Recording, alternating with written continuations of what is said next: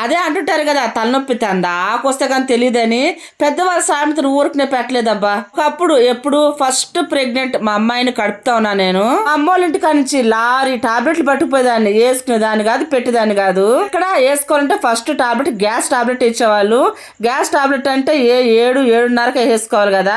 ఆ తర్వాత మామూలు వాళ్ళు ఆకలికి ఆగలేరు. ఇక నేను అందులో ప్రెగ్నెంట్, నాకు ఎంత ఆకలేస్తుంది మీరే చెప్పండి. మరి అంటే పరాయిది, సరే తీసేయండి, కడుపులో బిడ్డ వాళ్ళదే కదా, మరి వాళ్ళు చూసుకోవాలా లేదా. అంతే అయ్యేలేక మార్నింగ్ 11 అయ్యేది. ఇక నేను టాబ్లెట్లు వేసుకునేది ఎక్కడ, నేను ఎట్లా తీసుకొచ్చేదాన్నో టాబ్లెట్లు మొత్తం మా అమ్మ ఇంటికి అట్లా తీసుకుపోయేదాన్ని. ఏమన్నంటే మాకు మార్నింగ్ టిఫిన్ చేసే అలవాటు లేదు, మాతో పాటు నువ్వు కూడా అట్టని ఉండాల్సిందే అని. ఇప్పుడు 9 ఆయనకి టిఫిన్ లేదా ఉండలేడు. నేను ఇంట్లో చేయకపోయినా సరే 9 పోయి బయటకు తినేసి వస్తాడు. ఇప్పుడు తెలిసిందా నార్మల్ మనిషి నువ్వే ఆగలక్కను. అప్పుడు నేను ఇంకా ప్రెగ్నెంట్, నేను ఎంత బాధపడి ఉంటాను నీకు తెలుసా. ఆయన తప్పంటూ ఏం లేదులేండి, అట్లాంటి పెంపకంలో పెరిగాడు ఆయన.